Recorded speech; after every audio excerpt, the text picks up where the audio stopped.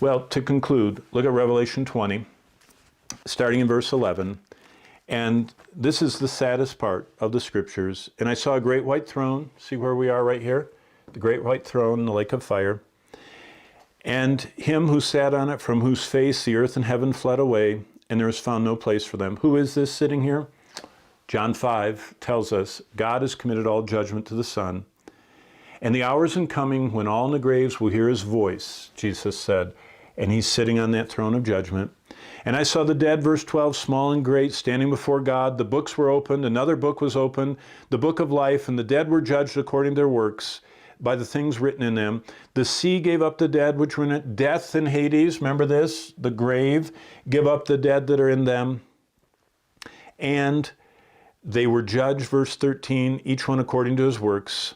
And death and Hades were cast in the lake of fire. So death and Hades here, the whole grave, this is cast into the lake of fire. The devil has already been cast in there. The beast and the false prophet are already in there. This is the second death. Remember, it's appointed on man once to die, then the judgment. And anyone not found written in the book of life was cast in the lake of fire. We should fear the holiness of Jesus. No scene in the entire Bible grips our minds and stirs our souls as much as these last verses of Revelation 20. Imagine the scene. In one moment, all the angels and all the humans who have ever lived on this planet, into the billions of souls, are assembled. In utter silence it opens. In the glow of God's glowing throne stand the redeemed of all the ages. Behind them in countless ranks the angelic hosts. And then the dead, small and great, are assembled. Every person who has ever lived, not one soul escapes this summons. By the way, Jesus spoke more about this moment than any other moment. He spoke more about hell than heaven. 2 for 1. And this lake of fire is what Jesus constantly warned about. In Christian circles, we speak more of heaven than hell. Yet Jesus warned of hell from the start of his ministry to the end. In the Gospel of Matthew, from chapter 3 through 26, there's a common theme, eternal judgment.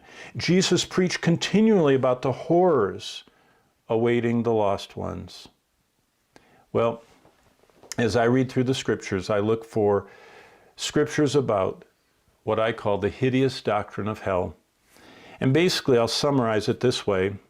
Jesus said, the horror of hell is that it's eternal darkness. Hell has two aspects that are rarely considered, which are both curious and frightening.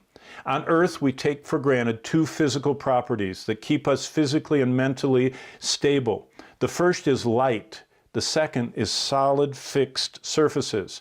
Oddly, these two dependables aren't in hell. It says, you see on the slide in Jude 1, 7 and 13, that hell is the blackness of darkness. It's called, in Revelation 20, a bottomless pit. So the people in hell are in an endless tumble, a bottomless pit, always falling in pitch black darkness. Think about what Jesus said.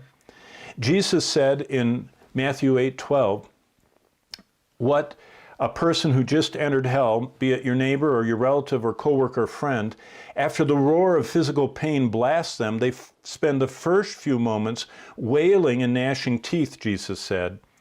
But after a season, they grow accustomed to the pain, not that it's tolerable, but their capacity has enlarged. And as they hurt, they think, and instinctively, a person entering hell starts looking around as they tumble, but all they see is blackness, impenetrable blackness. In the past, we learn if we look long enough, a glow of light will sometimes yield definition. So this person blinks and strains to focus their eyes.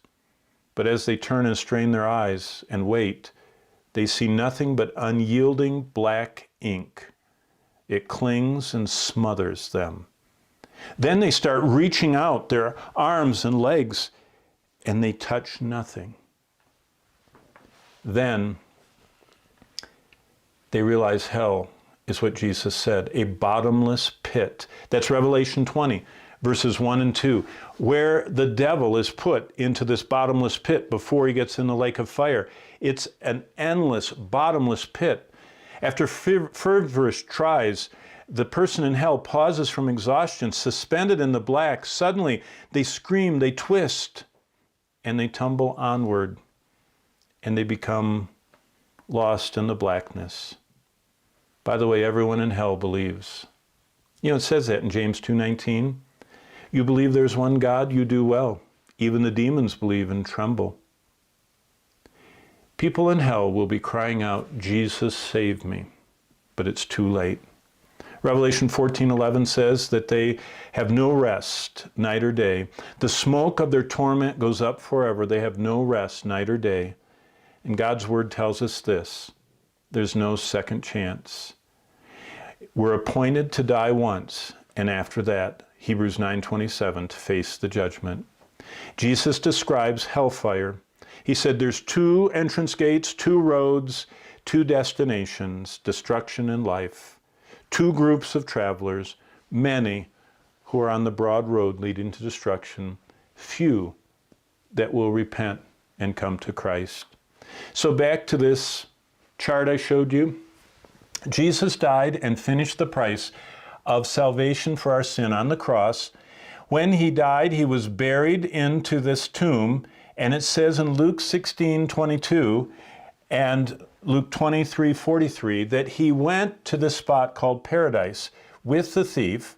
After he took the thief and all the redeemed from paradise, it says in, as you see on your chart there, in the book of Ephesians chapter 4, verse 8, that he takes all of captivity captive. He preaches, as 2 Peter 2:4, to the spirits that are in prison.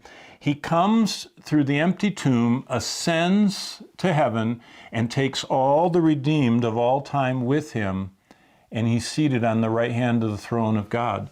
Now, what's interesting, in the Garden of Eden there was paradise, but after man fell, paradise moves down here to what's called Abraham's bosom.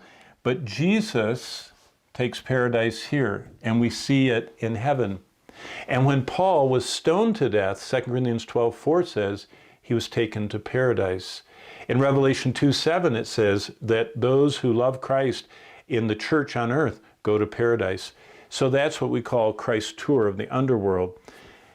But the bottom line is this: paradise is coming to earth, a perfect environment come, but without a new heart, people rebel. All who rebel face the judge, are cast in a lake of fire. And as we'll see in the next hour, those of us who repent in faith, calling in the name of the Lord, dwell in our Father's house.